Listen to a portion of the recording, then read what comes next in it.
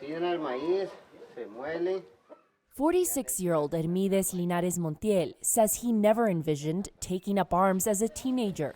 It became a need when his political activism led to threats against his life. Bueno, en ese tiempo ni siquiera pensamos en tomar las armas. In those times, we didn't even think of taking up arms. The guerrilla group was a refuge, and that change didn't happen overnight. It's a process that begins and moments that start to lead you towards taking up arms.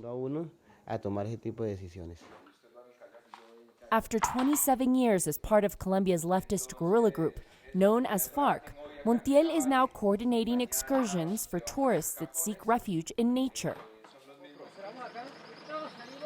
For the last 4 years, former rebel combatants have been leading an ecotourism company called Caguán Expeditions, based in San Vicente del Caguán, a former FARC stronghold.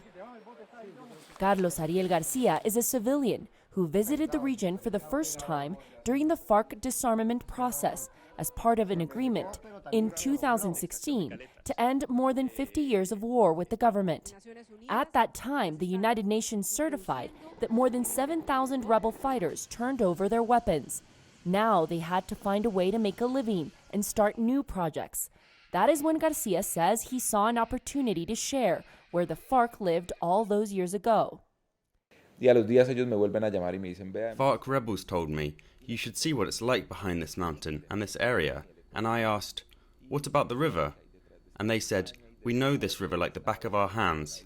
They said we want to do ecotourism, but we are unprepared. Garcia decided to help former combatants create a rafting and ecotourism company. Tourists from all over the world are invited to share in the history of the region, the stories of the community, and the life-changing lessons learned from these former rebels. The former combatants are also sharing a privileged location that was once only accessible to them, a beautiful river and jungle that is now the setting for a chance at reconciliation. Para nosotros el agua es vida. Water is life, but also very particular. It is reconciliation, because in the water we get on the boat, and it doesn't matter if you are liberal, conservative, police, rich or poor. What we care about is that we can all coordinate and row together for peace. Ante todo, conservar la calma. Michelle Begue, CGTN, San Vicente del Caguán.